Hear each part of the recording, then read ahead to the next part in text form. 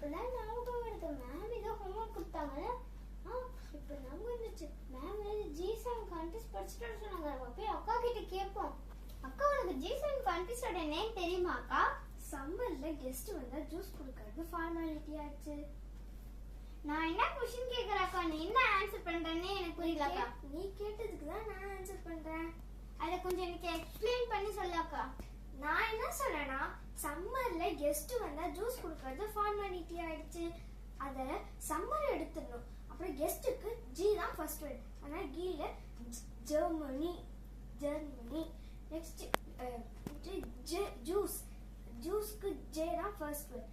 ஆனா ஜேக்கு Japan. Next U யூக்கு யூக்கு யூ யுஎஸ்ஏ. நெக்ஸ்ட் வந்து ஐ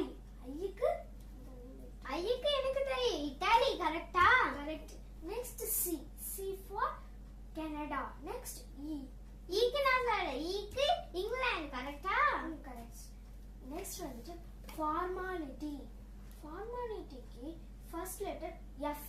அதனால எஃப் ஃபார்